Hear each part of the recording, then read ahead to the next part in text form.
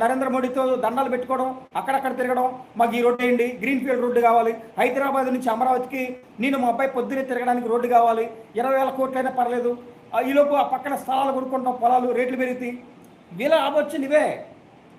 Hyderabad to Vijayawada road ఉంది, మళ్ళీ వీళ్ళకి సపరేట్ గ్రీన్ఫీల్డ్ హైవే రోడ్డు కావాలా? ఎందుకంటే ట్రాఫిక్ లేకుండా తిరగాలి. వీళ్ళు ఫ్యామిలీ హైదరాబాద్లో ఉంటారు, వ్యాపారాలన్నీ హైదరాబాద్లో ఉంటాయి, హైదరాబాద్ నుంచి విజయవాడకి అప్ అండ్ డౌన్ చేయాలి. అందుకు వాళ్ళు గ్రీన్ఫీల్డ్ హైవే. ప్రజల కోసం కాదు, గుర్తుపెట్టుకోండి. చంద్రబాబు నాయుడు చేసేది ఏది కూడా ప్రజల కోసం కాదు, ఆయన లగ్జరీ కోసం, ఆయన ఫ్లెక్సిబుల్ కోసం చేసుకుంటాడు అన్నీ కూడా.